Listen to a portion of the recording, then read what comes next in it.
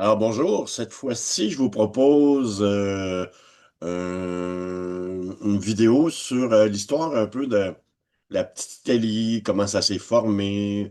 Ça va tourner aussi à l'entour de l'immigration italienne à Montréal, là. Alors, donc, des Italiens au Québec. On en trouve depuis le temps de la Nouvelle-France. Il y avait un régiment qui était arrivé ici dans les années 1660, le régiment Carignan-Salière, qui vient d'une ville qui est maintenant dans l'Italie d'aujourd'hui, dans le Piémont, Carigno, Carignan-Salière. Mais à l'époque, c'était dans le au Royaume de France. Alors, on retrouvait des noms comme Del Vecchio, Bruchesi dans ce régiment-là. Puis il va y en avoir d'autres par la suite qui vont arriver avec la conquête britannique car il y avait des gens d'origine italienne dans l'armée britannique lors de la guerre de conquête.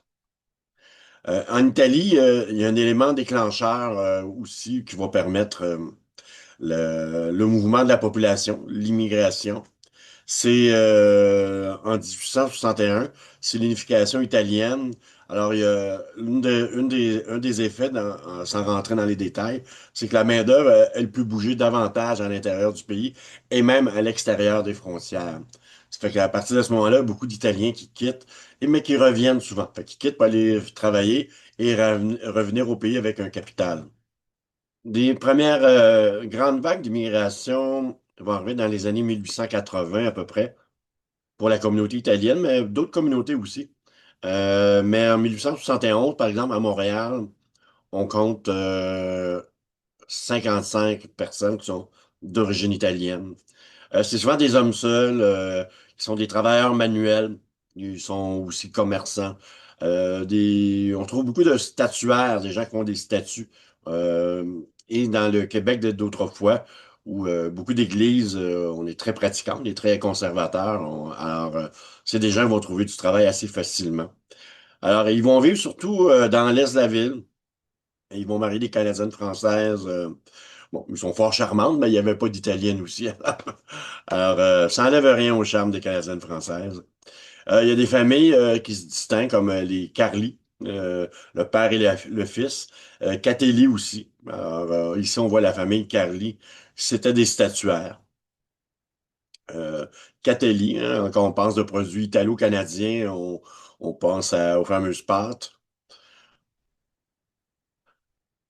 Et c'est une période aussi, fin 19e, début 20e siècle. On va apparaître une classe qui se distingue un peu.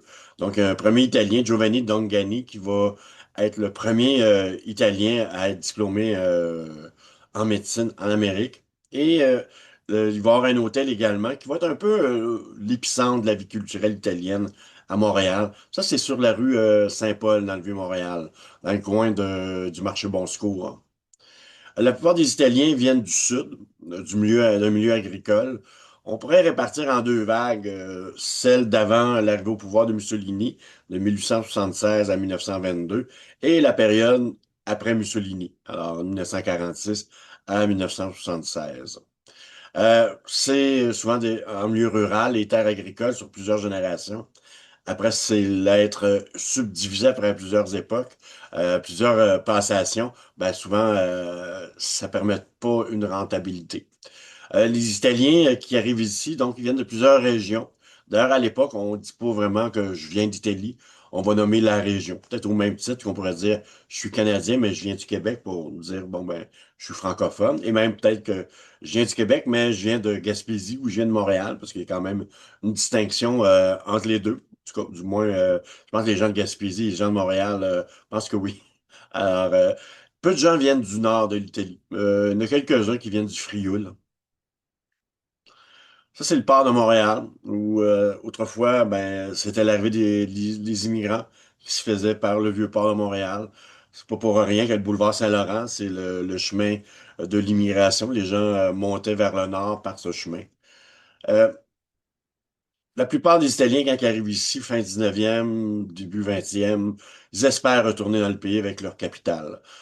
Puis d'ailleurs, dans leur pays, ben, dans les villages où ils proviennent, l'envoi d'argent de cette diaspora-là est vraiment très importante pour l'économie de ces endroits-là. Euh, les immigrants italiens aussi, on les retrouve dans les villes. On est au Canada, les autorités sont pas trop intéressées à leur donner des terres agricoles, même s'ils viennent du sud de l'Italie. Alors, ils sont considérés, bon, c'est des préjugés racistes, ils sont considérés comme des mauvais colons, alors, des mauvais agriculteurs. Le Canada a besoin de main-d'œuvre aussi, les villes s'urbanisent, fait qu'on cherche des bras. Alors, ils vont trouver du travail dans les compagnies ferroviaires. Euh, Comme le CN, puis le CP. Ils sont pas loin du 6 000 au tournant du siècle, du 20e siècle, à travailler dans ce domaine-là.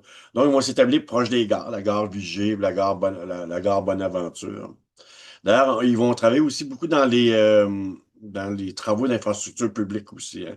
Faire des routes, faire des bâtiments publics, car les villes se modernisent à cette époque-là. Donc, il y a beaucoup de travaux. D'ailleurs, apparaît l'appellation WAP, qui provient de Walking on Pavement. Et plus tard, ça va devenir WAP Without Official Papers. Ni un ni l'autre était un compliment. D'ailleurs, les compagnies maritimes et ferroviaires, souvent, ils ont des employés qui servent d'agents de main-d'œuvre. Alors, les Italiens qui arrivent ici, on va leur trouver du travail. Euh, il y a aussi des programmes gouvernementaux pour l'extraction souvent de matières premières, les mines, les forêts, mais c'est souvent des emplois mal rémunérés, difficiles, et parfois ils sont logés dans des endroits épouvantables. Comme vous voyez un bâtiment ici qui a servi de loger une main-d'œuvre dans des programmes gouvernementaux. Il y a même certains cas où on avait logé des travailleurs italiens dans des anciennes prisons. Hmm. Alors, et pour trouver de l'emploi, il y a aussi un phénomène italien qui se transpose ici en Amérique. C'est ce on pourrait appeler le padronisme. Le padroné, c'est quelqu'un, souvent en milieu rural italien, qui va engager du monde pour travailler sur différents chantiers ou dans différents champs. Et il retient souvent une cote, un pourcentage de sa paye. Alors, c'est des personnages qui vont profiter grandement des gens qui connaissent pas le pays ni la langue. Alors, ils vont les aider à se trouver un emploi, mais ils se prennent une cote sur leur salaire. Ils vont leur trouver un logement, une pension. C'est souvent des hommes seuls à l'époque. Et ils vont se prendre une cote chez la dame qui tient la pension. Les gens qui envoient de l'argent, les travailleurs en Italie, ben, le padronné, il va aussi avoir une entente avec les institutions bancaires. Alors, c'est rarement des gens qu'on pourrait dire qui étaient drettes dans le culotte. C'était pas très honnête. Les padronniers, ils font publier des emplois dans les journaux italiens. Alors souvent, c'est par ces communications-là que l'Italien traverse l'océan pour se trouver un emploi. En 1904, éventuellement, les deux plus gros padronniers, Dini et Cordasco, vont annoncer qu'il y a 10 000 emplois disponibles, alors que c'est pas le cas. Alors, ça va vraiment sonner les cloches des autorités publiques. On va faire une commission d'enquête. On va se rendre compte qu'il y a beaucoup de choses frauduleuses qui se passent. Mais c'était un phénomène qui commençait à être en déclin parce que les gens qui arrivaient ici, bon, ben, ils étaient victimes des padronnées, mais éventuellement, ils correspondent avec leur famille en Italie. Et cette correspondance-là va servir aux gens qui ne sont pas encore arrivés, qui sont en Italie encore, à se trouver un emploi, à se trouver une référence par la personne à qui il correspond. Fait que, éventuellement, le padronné, on va être capable de passer par-dessus. Mais les premières années, le padronné, c'est un personnage qui a joué un grand rôle sombre, mais un grand rôle important pour les emplois. L'hiver, pas juste pour les immigrants, mais en général aussi dans la population en général, c'était des périodes de chômage. Donc, comme je disais, il y a une commission d'enquête sur le padronisme. C'est pratiquement la fin de ce truc-là parce que la correspondance va mener à- au contournement de cette pratique-là. Les Italiens sont de plus en plus asphyxiés. D'ailleurs, en 1901, bon, il y a 1300, presque 1400 Italiens. On voit qu'en 20 ans, ben, ça s'est multiplié par 10 pratiquement. Alors, les choses changent au début du 20e siècle. Il y a une première paroisse italienne qui naît aux portes du Vieux-Montréal en 1905. C'est la paroisse Notre-Dame-du-Mont-Carmel, dont l'église était située au coin de Berry puis René Lévesque. Donc, on est près du port de Montréal, donc pour les emplois, c'était donc pratique. C'était une paroisse qui va éventuellement, c'est une paroisse qui va éventuellement déménager, car la paroisse Notre-Dame du Mont-Carmel existe toujours, mais elle est rendue à Saint-Léonard. C'est en 1965, je crois qu'on a fait le déménagement. J'ai trouvé quelques photos, elles sont rares, de l'église qui servait à cette communauté-là, l'église Notre-Dame du Mont-Carmel. Euh, l'église Notre-Dame du Mont-Carmel va avoir un problème, c'est que, bon, elle va rapidement suffire, elle sera plus capable de suffire aux besoins de la population italienne. Il n'y a pas assez de place dans l'église, l'école paroissiale, pas assez de place non plus. Et les conditions de vie aussi, proches du lieu de travail, dans le port de Montréal, qui est aussi un endroit où il y a des gros silos à grains, des grosses machineries. C'est un port, c'est pas un lieu touristique comme ça l'est aujourd'hui. C'est un milieu de vie qui est de mauvaise qualité pour élever une famille. Alors, l'immigrant commence à penser à changer de quartier, aller vivre ailleurs. Donc, l'Italien commence à réfléchir à peut-être s'installer, commence à penser à sa famille. Sinon, auparavant, il pensait à envoyer de l'argent au pays, mais quand on commence à penser à améliorer son sort sur place, c'est une réflexion intéressante chez l'Italien. Alors, la démolition de l'église Notre-Dame du Mont-Carmel. Donc, le tramway va permettre aux gens d'aller habiter un peu plus loin que leur lieu de travail, le monde ouvrier est le long du fleuve Saint-Laurent. Donc, grâce au tramway, on peut s'installer dans des banlieues où il y a une qualité de vie plus intéressante, hein. Et pour l'Italien, c'est intéressant aussi. Il y a des grands terrains vagues, ça veut dire on peut faire un jardin, un potager. L'Italien un Italien, ça se laisse jamais mourir de faim, dit-on.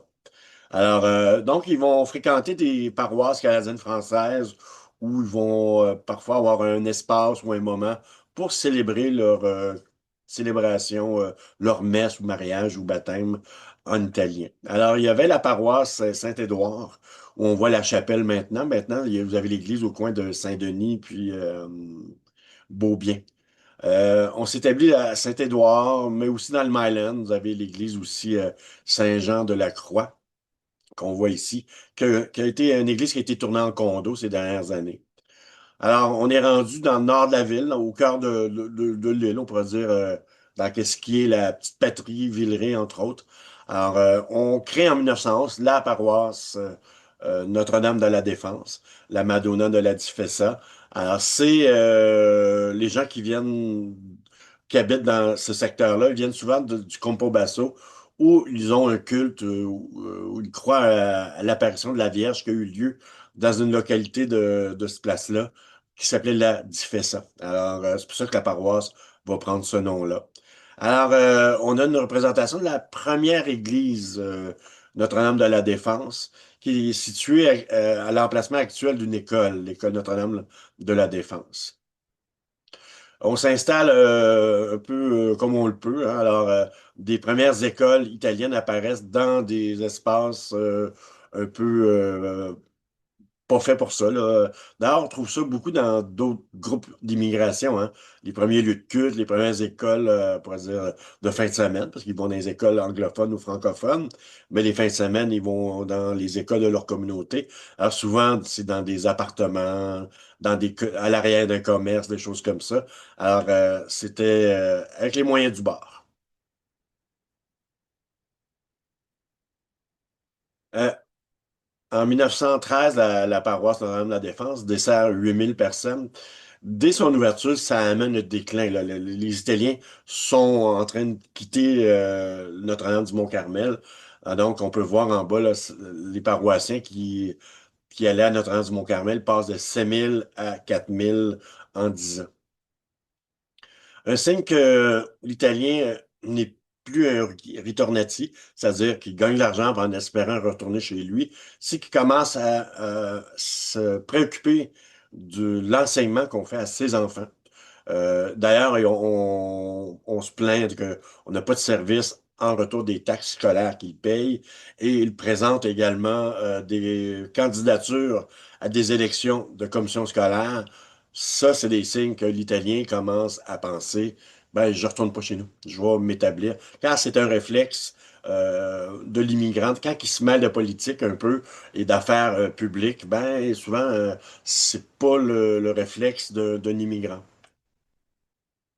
Ici, vous avez l'église Notre-Dame de la Défense, celle qu'on connaît, là, qui est sur la rue Dante, au coin d'Henri-Julien. Alors, c'est une église qui était dessinée par un architecte qu'on appelle le Michel-Ange de Montréal, Guido Nincheri, mais vu qu'il n'était pas membre de l'Ordre des architectes du Québec, c'est l'architecte Roch Montbriand qui va signer les plans et l'assister aussi pour la construction et les plans de l'église. Guido Nincheri avait pensé faire une église un peu plus, comment je peux dire, un peu plus de panache, avec un clocher, campanile, mais l'église est construite durant la Première Guerre mondiale, alors les moyens sont revus à la baisse. Fait que c'est des croquis de l'église que Guido Ninquéré aurait souhaité avoir. Euh, Tout autour de l'église, on va avoir une vie italienne qui va apparaître, hein. D'ailleurs, on voit en passant sur la photo ancienne, là, à ce moment-là, la nouvelle église Notre-Dame de la Défense et et la nouvelle église tout à côté. Alors, vous avez l'ancienne église ici, qui était aussi une église école. On faisait les classes dedans. Et vous avez la nouvelle église qui est toujours là aujourd'hui, qui date de 1918. Puis tout autour de cette église va apparaître toutes sortes de commerces de proximité, qui est un signe que la communauté italienne, les immigrants italiens, s'établissent là, puis il y a une vie italienne qui prend forme à cet endroit-là. Alors ici, on est sur la rue Dante. Vous avez l'école Notre-Dame de la Défense, où il y avait l'église, la première église de la paroisse autrefois. Donc, tout autour, hein, on retrouvait des commerces. Vous en avez encore des vieux commerces, là, comme la pâtisserie qui est là, qui existe depuis 1968, la pâtisserie Caserta. C'était une famille Alatici, ou j'inverse peut-être, là, où c'était des Alati qui ont parti la pâtisserie.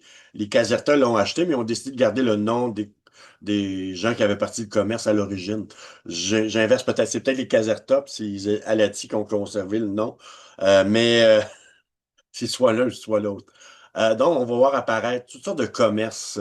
Puis vous allez dans le petit Italie, ben, vous allez voir d'autres commerces intéressants. Comme ici, là, vous avez la pizzeria Napolitana aussi. C'est un commerce qui existe depuis 1948. Je pense que c'est depuis les années 70, c'est une pizzeria. L'origine, c'était un café, un club social, qu'on pourrait dire, là, italien, comme on en connaît encore, là. Ici, on continue. Vous avez d'autres grands commerces de proximité, là. Vous avez connaissez peut-être le cuisinier Stefano Feitas. Vous avez la famille qui tient la quincaillerie ici, la quincaillerie Dante, qui existe depuis les années 50 depuis 1956. Si on s'en va vers le boulevard Saint-Laurent, là. Je ne vais pas tout faire la petite Italie, mais vous avez beaucoup de commerces anciens qui sont des monuments de la communauté italienne ici, comme le Café Italia, puis l'épicerie Mélano tout à côté. C'est des choses qui c'est là depuis les années 1950. Souvent, dans les deux cas, c'est des membres de la famille sur une troisième génération qui s'occupe du café ou de l'épicerie italienne. Alors, donc, il y a toute une vie italienne qui prend forme autour de l'église. Alors, il y a toute une vie donc qui apparaît autour de l'église. Euh, voilà. En passant, voici une photo de l'église d'où provient Guido Nincheri en Italie, de Prato, c'est une ville italienne. Alors, on peut voir une similarité avec les quatre façades en forme de pignon, là. Alors, ça aurait inspiré Guido Nincheri. Chez les protestants, en passant, ils suivent pas la même trajectoire que les catholiques. Ils vont aller surtout vous avez le marché Saint-Jacques sur la rue à Tadeken, ce qu'on appelait Amherst autrefois. Alors, si vous allez dans ce coin-là, le bâtiment existe toujours, mais il a été beaucoup modifié. C'était une église qu'on appelait la Church of All Nations. C'était une église où on retrouvait des Italiens, mais aussi des immigrants polonais, ukrainiens, d'un peu partout. Alors, on va aller se promener. Alors ici, on est sur la rue Ontario, on est dans le centre-sud, on est ce qu'on pourrait appeler le village, là. Vous avez le marché Saint-Jacques. Ici, on va en arrière ici. Vous voyez l'édifice en briques. C'est l'ancienne église que fréquentait la communauté italienne, mais protestante. Alors, donc, sont proches du Vieux-Port quand même hein, à l'époque. pour trouver les emplois. Alors, depuis plusieurs années, ben, vous avez des nouvelles constructions dans le secteur ici. Donc, c'était l'endroit où on retrouvait la communauté protestante italienne. Mais éventuellement, ils vont déménager vers les banlieues, comme les autres aussi autrefois, après la Deuxième Guerre mondiale. Donc, la communauté italienne qui est essentiellement très majoritairement catholique, là, on vient de parler des protestants, mais bon, ils n'étaient pas très représentatifs de tous les Italiens en termes de nombre, là. Alors, les gens vont dans le nord de la ville, dans le Milan, tout de suite après boulevard Saint-Laurent, après le quartier, le plateau Mont-Royal. Bon, on tombe dans la partie nord du Milan et c'est le début de la petite Italie. Alors, c'est un endroit où on trouve des espaces faire des potagers. L'air est meilleur à respirer. Et même des témoignages de gens qui racontaient. On pouvait aller faire la chasse au petit gibier dans ce secteur-là. Et beaucoup de Canadiens français ont essayé de deviner des légumes que les Italiens faisaient pousser dans leur potager. Alors, vu que la barrière était linguistique, souvent, ben, c'est par le mime qu'on arrivait à faire comprendre aux Canadiens français qu'est-ce qui sortait de la terre. Ce qui est intéressant ici, on voit aussi une jeune dame qui est en train de faire la pause. Et on voit le tramway, comme je vous disais, ce qui est très déterminant pour le développement de ce secteur-là de l'île et les espaces, faire les fameux potagers. Au point de vue de l'habitation, les Italiens, quand ils s'établissent ici, on pourrait dire, il y a trois étapes. Il y a la pension, il y a la cohabitation, puis la maison unifamiliale. La pension, c'est quand l'Italien arrive seul, c'est souvent un homme seul, et quand il va choisir une pension ou la pensionnaire, parce que c'est des Italiens qui viennent du Sud, hein, conservateurs, des valeurs pas très progressistes peut-être, là. Mais donc, la femme ne travaille pas. Peut-être jeune fille, mais dès qu'elle est en famille ou mariée, elle s'occupe de la maisonnée, mais elle peut s'occuper d'une pension. Donc, il y a une chambre pour aller chercher un revenu. Alors, donc, les affinités culturelles, quand je disais que les gens étaient de telle ou telle région d'Italie, c'est important. La langue, la coutume, la cuisine, c'est toutes sortes de choses. Et pour le pensionnaire aussi, ben, c'est une manière de sortir de la solitude.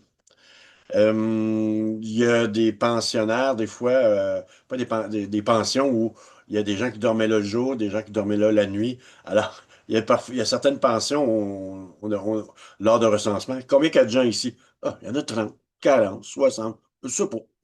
Alors, c'était donc une des premières étapes. Ça durait rarement plus qu'un an, la pension, le nouveau arrivant.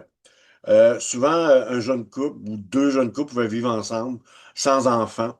Ils pouvaient se partager le prix du logis, partager des meubles, des électroménagers. Mais dès il y a un enfant qui est né, souvent c'est la fête. On va aller vers l'achat d'une maison unifamiliale, mais qui correspond donc souvent à sortir du quartier, car si vous connaissez la petite Italie, des maisons, il n'y en a pas, ou très peu.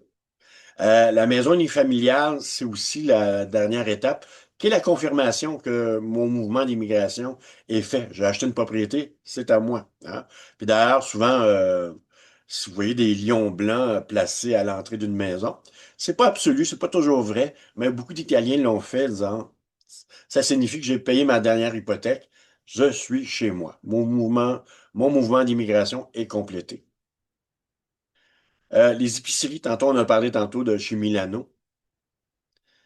L'épicerie chez l'Italien, c'était très important car, bon, c'était un lieu aussi, on pouvait aller chercher, bon, évidemment, la nourriture, faire ses courses, mais aussi obtenir des crédits. L'hiver, c'était une période de chômage, mais aussi de l'information, car souvent, après les heures d'ouverture, les épiciers italiens sortaient la table, le jeu de cartes, puis ça prenait une bière ou deux. Souvent, c'est dans des endroits comme ça qu'on pouvait aller trouver de l'information pour un emploi, un logement, ou des informations de tout genre, hein. Et souvent encore, les affinités culturelles. Si c'est un gars de tel patelin, ben, t'as peut-être quelqu'un qui te connaît, il va te référer pour avoir du crédit ou changer tes chèques à cet endroit-là. Donc, l'épicerie, un peu le café aussi, le café italien, c'est aussi des lieux d'entraide sociale. Ça résume un peu ce que je racontais. Le commerce d'épicier aussi, c'est un lieu où ça coûte pas trop cher à démarrer, ça prend pas un gros capital. Dans les années 10, il y en a beaucoup qui vont augmenter au moment justement le mouvement de la population italienne de la première paroisse Notre-Dame du Mont-Carmel vers Notre-Dame de la Défense. Il y a une vie italienne qui prend forme, alors il y a beaucoup de commerces qui vont ouvrir par la suite. Il y a une vie italienne associative aussi. L'Ordre des Fils d'Italie est fondé en 1920. Ça, c'est une association qui tente de créer un sentiment d'italianité. Comme je vous disais tout à l'heure, les gens ils proviennent de diverses régions d'Italie. Alors souvent, les gens se disaient, bah, je suis du Calabre, moi, je suis de la Sicile. Ils se disent pas d'Italie. Alors, l'idée, c'était de créer un sentiment d'unité dans cette communauté-là. Et souvent, c'est des associations, ben, l'OFI, l'Ordre des Fils d'Italie, c'est des gens qui sont très nationalistes. Et ils vont avoir des sympathies beaucoup avec Mussolini parce que, bon, Mussolini arrive au pouvoir au moment où il crée leur association. Mussolini aussi signe un traité de la paix avec le Vatican. Dans le Québec est très conservateur et catholique de l'époque. C'est extrêmement bien vu. Il y a des politiciens canadiens-français qui encensent Mussolini. Et l'OFI, l'Ordre des Fils d'Italie, est beaucoup noyauté par des gens qui ont des sympathies fascistes. Je vais vous rappeler qu'avant le début de la guerre, c'était pas mal répandu un peu partout en Occident, ces sympathies-là, hein. Alors, donc, le gouvernement italien de Mussolini a une grande influence aussi sur les associations dans la diaspora italienne. D'ailleurs, il y a beaucoup de politiciens canadiens français comme Camille Wood puis Maurice Duplessis qui ont beaucoup d'affection pour la communauté italienne. En passant, beaucoup d'Italiens vont voter en bloc pour Camille Wood. Alors, Camille Wood, c'est un personnage qui était maire à Montréal, mais aussi député conservateur, qui a été grandement apprécié par cette communauté-là. Quand on parle de sympathie envers l'Italie de Mussolini avant la guerre, ben, il y a un diplomate italien, Italo Balbo, qui vient à Montréal, mais en fait, pour être précis, à Saint-Hubert.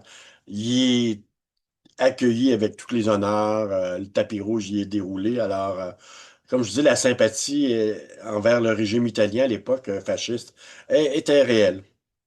D'ailleurs, même que Camille Hood avait déjà dit que si jamais il y a une guerre entre l'Italie puis l'Angleterre, la plupart des Canadiens français, leur sympathie serait pour l'Italie fasciste. Alors, donc, c'est assez clair comme sympathie. Camille Hood va donner des terrains pour la construction de plusieurs infrastructures, des travaux publics dans la petite Italie, comme le marché du Nord, qu'on appelle le marché Jean Talon. Il va donner le terrain pour la construction de ce marché. C'était l'emplacement passant d'un stade de crosse. C'était le club Shamrock, le club irlandais, qui jouait à cet endroit-là. Alors, quelques représentations de ce stade à l'emplacement du marché Jean Talon. D'ailleurs, c'est pour ça que vous avez une rue, un espace qui s'appelle Shamrock, pour se rappeler cette période-là. Alors, quelques images du marché public, le marché du Nord, le marché Jean Talon, qui a déjà fermé, qui va réouvrir dans les années 1980. À l'époque, il y avait eu les épiceries à grande surface qui avaient fait beaucoup de tort au marché public, mais éventuellement, la mode va revenir et le marché Jean Talon va réouvrir ses portes sous ce nom. Alors, le bâtiment central, lui, il date des années 30 avec, euh, c'est l'œuvre de l'architecte Charles Aimé Reeves. La maison qu'on appelle la Casa d'Italia, la maison d'Italie, c'est un centre communautaire italien qui a été construit aux frais du gouvernement italien de Benito Mussolini. Et aussi, le terrain a été donné par Camille Wood. D'ailleurs, si vous allez marcher devant l'édifice, on retrouve des petits symboles. Ici, on ne le voit pas, mais ici, on le voit, là. C'est des symboles, c'est le faisceau fasciste. Alors, ça pourrait causer problème s'il y a des gens qui viendraient faire du pèlerinage fasciste, mais c'est pas le cas. Parce que la plupart des gens, ils savent pas que ça veut dire ce symbole-là. Alors, c'est un lieu communautaire, il y a des mariages, des baptêmes qui ont lieu à l'église, puis après, on va célébrer ça à cet endroit-là. Il y a des banquets et tout ça. Alors, c'est un lieu culturel incontournable pour la communauté italienne, mais c'était l'Ordre des Fils d'Italie qui gérait l'intérieur. Fait que ceux qui géraient l'édifice avaient des sympathies fascistes. Mais il faut faire attention aussi, parce qu'il y a beaucoup de gens qui ont des sympathies fascistes parce qu'à l'époque, c'était une manière d'avoir des contacts. Fait qu'un homme d'affaires qui voulait avoir accès, je sais pas, à telle personne qui pourrait y prêter de l'argent ou avoir accès à tel marché, donc il faut qu'il se mette sa coquine avec certaines personnes. Fait qu'il y a beaucoup de personnes qui ont pris la carte du Parti fasciste, mais c'était surtout par arrivisme que par sympathie réelle fasciste, là. Alors, faut faire attention. Alors, le symbole fasciste qu'on retrouve à l'extérieur de l'édifice. Donc, c'est un lieu d'activité culturelle et ça va être un centre névralgique pour les fascistes de Montréal. Goulouninkeri, on en a parlé tantôt, qu'on surnomme le Michel-Ange de Montréal. Il réalise une peinture à l'intérieur de l'église Notre-Dame de la Défense qui va lui causer des ennuis en 1929. En avant, là, en haut, ici, là, on retrouve dans l'abside, c'est comme ça qu'on appelle ça, l'abside, je crois. Alors, on retrouve une représentation de Mussolini. Guido Lencheri, il avait reçu la commande de la paroisse de faire une fresque qui célèbre la paix entre le Vatican et Mussolini. Donc, c'est pas une fresque qui rend hommage à Mussolini, quoique Mussolini s'y retrouve. Alors, au début, il avait refusé de le faire. Il va être arrêté après la guerre, parce qu'après la guerre, beaucoup de dirigeants italiens, pas après la guerre, quand la guerre débute, quand l'Italie et l'Angleterre se déclarent la guerre, ben, de facto, le Canada entre en guerre. On a un Commonwealth britannique à l'époque.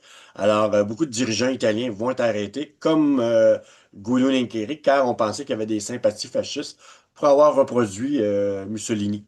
En fait, il voulait pas le faire. Puis d'ailleurs, sa femme va devoir aller voir l'armée canadienne, car l'armée canadienne avait arrêté beaucoup de sympathisants et de dirigeants de la communauté italienne qui avaient leur carte du parti fasciste, mais comme je disais, il avait pris par arrivisme, par le sens des affaires. Alors, elle va aller voir les dirigeants de l'armée canadienne avec les premiers croquis de cette fresque où il n'y avait pas Mussolini, car c'était pas son intention de le faire. Fait qu'il va réussir à sortir du camp où il était interné. Et pendant le temps qu'il était interné, son voisin de chambre, c'était le maire de Montréal, Camillien Wood, qu'on voit ici. Alors, parce que Camillien Wood avait été arrêté car il s'était prononcé contre la participation des Canadiens français à l'enrôlement dans l'armée canadienne pour aller se battre en Europe. Car il faut savoir aussi qu'au début du 20e siècle, l'Empire britannique au Québec, c'est pas très populaire. On ferme beaucoup d'écoles francophones dans le reste du Canada. Alors, c'est aller se battre pour un empire qui ferme des écoles dans le reste de notre pays. C'était un sujet qui était délicat. Euh, il y a eu des célébrations à l'église aussi avant la période de la guerre, avant la Deuxième Guerre mondiale, mais l'Italie avait déjà lancé quelques opérations militaires comme en Éthiopie. Alors, dans les églises italiennes et dans les paroisses italiennes en Italie, euh, on avait lancé une opération qui s'appelait Or per la Patria, de l'or pour la patrie, où les femmes venaient porter leur alliance en or l'échanger contre une alliance en acier pour tenter de financer l'effort de guerre italien. Alors, ces cérémonies-là, il y en a eu un peu partout en Italie, mais il y en a eu aussi à l'église Notre-Dame de la Défense. C'est pas ici la photo, là, mais c'est quelque chose de similaire, là. C'est une cérémonie où on vient offrir son alliance pour supporter l'effort de guerre. Souvent, la plupart de ces campagnes-là, ça n'a aucun effet. Autant du côté allié, là, que si vous avez déjà vu des films où on fait du recyclage de caoutchouc et de métal, c'est souvent ces campagnes-là, ça sert à souder l'opinion populaire derrière l'effort de guerre, souvent. Fait que c'est souvent à des fins de propagande un peu, ces choses-là. Fait qu'en 1940, l'Italie déclare la guerre à la France et à l'Angleterre. Fait que les fascistes italiens, dès le moment, sont arrêtés par l'armée canadienne. Même le curé de la paroisse du Mont-Carmel est arrêté, le curé Montempi, qui avait des sympathies pour Mussolini. Fait que la Casa d'Italia est mise sous le verrou toute la durée de la guerre. On a environ 600 personnes qui sont arrêtées, et dont Guido Nincheri. Et ils vont être envoyés dans le camp en Ontario à Petawawa. Ici, on a une photo au Palais de justice de Montréal. On voit des autobus mener des gens au Palais de justice pour les juger au moment de leur arrestation. Ici, on voit le panier à salade qui va arrêter des gens à la Maison d'Italie. Fait qu'on on est devant l'église Saint-Georges, là. Jean Talon passerait ici et la Maison d'Italie ici. À l'époque, la rue Jean Talon était beaucoup moins large. Le métro n'existait pas encore. Et Camille Heywood, ben, comme je dis, il va être arrêté. Et durant la guerre, pendant la guerre, pendant son internement, ben, Guglielmo Nincheri fait son visage au fusain. Et quand il sort de prison en 1944, Camille Heywood se fait élire en utilisant cette image-là comme affiche électorale. Il va gagner ses élections, car c'est un maire conservateur, mais très populaire, ce qui peut être paradoxal quand on parle de Montréal aujourd'hui, là. Donc, les Italiens, la première vague jusqu'en 1922, c'est des gens peu scolarisés puis peu politisés. Fait qu'il y a des gens qui prétendent peut-être c'est la raison pourquoi ils ont eu des sympathies pour le fascisme. Suite à la Deuxième Guerre mondiale, il va y avoir une immigration qui vient aussi du sud de l'Italie. Puis la première vague va permettre de bien accueillir ceux qui arrivent à partir des années 46-47. C'est surtout à partir de 48 on va avoir beaucoup d'Italiens qui viennent à Montréal. Alors, en 1951, on compte 30 000 Italiens à Montréal. Puis vous voyez, 30 ans après, on est rendu à 163 000. Puis on compte du sud de Montréal, là. À Laval, il y en a déjà quelques-uns aussi, là. Euh, et le système d'immigration avait changé, c'était rendu le parrainage. Alors, et les lettres et témoignages aussi vont permettre, comme je vous disais tout à l'heure, d'attirer des membres de sa famille. Je vais te trouver quelqu'un, je vais te trouver un emploi, je vais te trouver un logement. Alors, ça fonctionnait pas mal comme ça. Euh, Ils viennent toujours du sud de l'Italie. Quand ils arrivent ici, ben, l'accueil fait par la première vague est importante parce que ceux qui arrivent après la Deuxième Guerre mondiale, ils connaissent pas le pays ni la langue. C'est des gens qui sont plus scolarisés. Ils n'ont pas de grands diplômes. Ils travaillent encore dans leurs bras, mais dans la construction domiciliaire.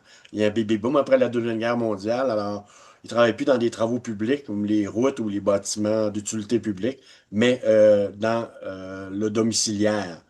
Et c'est des gens qui sont très peu intéressés à la politique puis au monde syndical, car leurs conditions de vie et de travail se sont drôlement améliorées juste en immigrant ici. Quand on se compare, on se console, dit-on. Euh, et comme les gens qui les ont précédés, ben, c'est à peu près la même, comment je peux dire, technique, la même stratégie pour l'habitation, la pension, la colocation ou cohabitation et l'achat d'une propriété, une maison. Euh, il y a aussi les gens, quand ils arrivent du milieu rural, il y a une fascination aussi pour le monde de la consommation. Il y a des gens qui sont épatés quand ils arrivent chez le cousin. Hey, il y a déjà une télé, puis une laveuse. Ben, voyons donc. Il y a deux sujets qui vont amener les Italiens parfois à être politisés.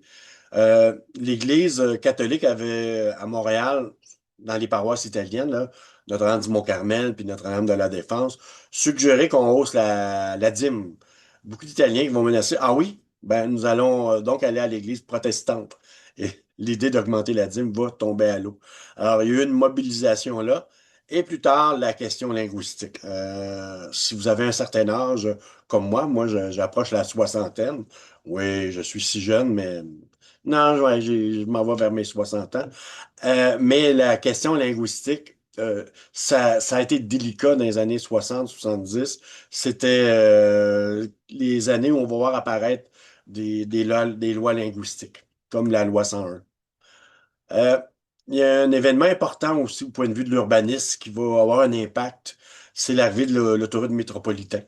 Ce qui va permettre l'accessibilité à la terre, à une maison, à la vie en banlieue. Donc, l'Italien peut s'acheter une maison et s'installer et affirmer son mouvement de migration et compléter. Fait que le métropolitain va permettre à beaucoup d'Italiens de s'en aller à Saint-Léonard, car c'est l'endroit où la paroisse d'origine notre-Dame du Mont-Carmel va aller s'installer. Fait que les Italiens vont suivre cette paroisse-là à Saint-Léonard. Regardez, Saint-Léonard, c'était des terres agricoles à l'époque, là. Alors, un premier développement qu'on va voir ici.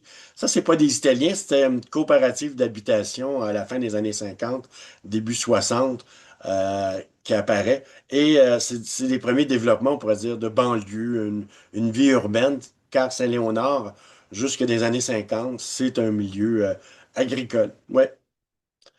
Euh, donc, il y a beaucoup d'Italiens, quand ils vont quitter la petite Italie ou même quand ils arrivent dans la petite Italie, ils ont tendance à se regrouper quand même par appartenance régionale italienne. Alors, vous allez à Montréal-Nord ou à Vimont ou à Villemort, vous allez peut-être être surpris. C'est peut-être de moins en moins le cas aujourd'hui, mais il y a quelques décennies, on pouvait retrouver des gens qui avaient des origines du même endroit en Italie, selon le lieu où ils habitent à Montréal. Dans la petite Italie, il y a une décroissance de la population italienne des années 70. Justement, c'est le mouvement vers les banlieues. La communauté italienne est très importante en nombre au Québec et au Canada. Dans les années 80, ils sont parmi les plus importantes. Euh, on va retrouver aussi des associations italiennes comme le mouvement progressiste italo-québécois qui mobilise la communauté italienne comme contre la taxe de l'Église que je parlais tout à l'heure. Ils vont faire une manifestation qui va rassembler 3 à 4 000 personnes. La crise linguistique. La crise linguistique, dans les années 60, le Québec se modernise et on va se définir dorénavant par une langue commune qui est le français. Et la foi va faire, qui faisait partie de l'identité canadienne-française, ben, on va se dire maintenant, pour être québécois, on ne disait plus canadien-français, on va dire que c'est la langue, notre socle, pour dire d'unification au Québec. Alors, c'est ça qui nous unit.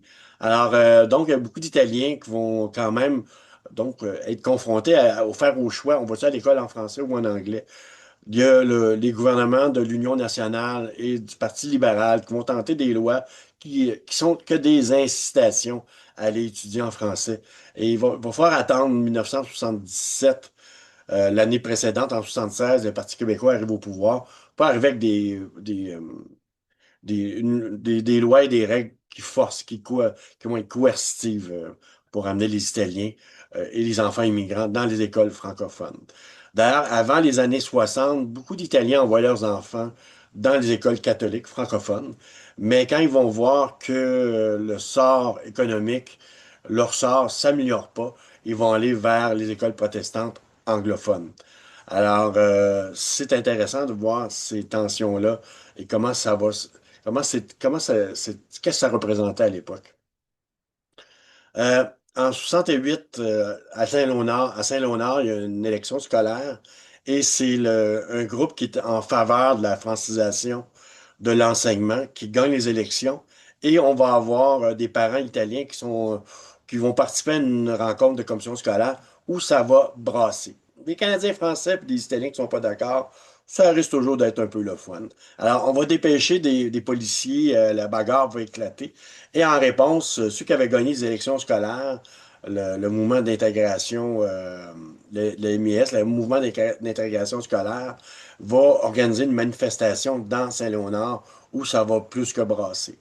Et les médias anglophones, comme le Gazette ici, vont vraiment sauter à pieds joints ce sujet-là. Ils vont souvent prendre le côté de la communauté italienne et les commissions scolaires protestantes aussi. Alors, donc, il y a une manifestation à Saint-Léonard et ça vire à l'émeute. Alors, il y a des scènes vraiment. Il y a un film à passant hein, sur ce sujet-là, La bataille de Saint-Léonard, vraiment intéressant, qui est sorti en 2025, je crois, alors, ou en 2024. C'est tout à fait récent à voir. Alors, les Italiens, donc, sont mécontents un peu de leur sort, car les lois linguistiques ici vont faire que les anglophones, qui sont ici depuis plusieurs générations, ils ont un droit acquis. Ils peuvent envoyer leurs enfants dans des écoles anglophones. Tandis que l'italien, l'immigrant, non. Alors, souvent, on dit, mais pourquoi que c'est comme ça? C'est injuste. Les lois devraient être pour tout le monde. Alors, donc, c'est le sujet qui va beaucoup, pour dire, unifier les Italiens, qui se mêlaient pas trop de politique autrefois. Alors, à Saint-Léonard, ça brasse. On en voit même la SQ et l'anti-émeute sur place. Le maire de l'époque décrète l'état d'urgence pour que les gens rentrent chez eux. Alors, c'était pas mal hot, comme on dit, hein. Alors, l'Union nationale, comme je disais, puis le Parti libéral tentent vraiment des lois qui vont permettre aux Italiens de trouver leur compte. Mais on trouve que chez les nationalistes, ça va pas assez loin Puis on trouve aussi chez les Italiens que on n'a pas affaire à, on devrait avoir le droit de choisir nos langues. Alors souvent, on propose seulement des, euh, des incitations et pas des choses coercitives pour aller dans les écoles françaises. Puis d'ailleurs, comme le Parti libéral avait suggéré que on va faire passer des tests en anglais pour les enfants italiens. Ici, ils parlent assez bien anglais, ils peuvent aller à l'école en anglais. Alors, mais les tests étaient tellement si faciles à réussir que éventuellement, c'était pas crédible, là. Alors, il va falloir attendre l'arrivée du Parti québécois au pouvoir avec une loi coercitive où les enfants d'immigrants vont envoyer leurs enfants à l'école francophone. Alors, puis les leaders de la communauté italienne n'ont jamais nié que le Québec, c'était une société francophone avant tout, mais ils ont toujours dénoncé le deux poids, deux mesures qui favorisait la communauté anglophone. Alors, la famille, souvent, c'est des gens qui viennent du sud de l'Italie, un peu comme à la manière qu'ils avaient par là-bas. Ils font souvent tous en unité. C'est comme une unité de travail, unité de production. On va payer ensemble la traversée. On va payer ensemble l'achat d'une maison. On va payer ensemble toutes sortes de trucs pour les membres de notre famille. Ben, c'était la même chose en Italie, dans le sud, où on se mettait en commun pour les vendanges, pour le blé, pour la boucherie et toutes sortes de tâches typiques de ce monde-là, de ce monde rural. Alors, souvent, les études sont pas très poussées, pas très encouragées, à moins que ça serve la famille. C'est quelque chose qui va venir plus tard, quand les enfants vont commencer à naître au Canada, quand il va y avoir des enfants italo-canadiens, ben là, c'est une autre perspective, un autre regard qu'on va avoir sur l'éducation. Dans la communauté italienne, il y a quand même des gens dans les années 60-70 qui se distinguent, des gens qui vont devenir des vrais Canadiens.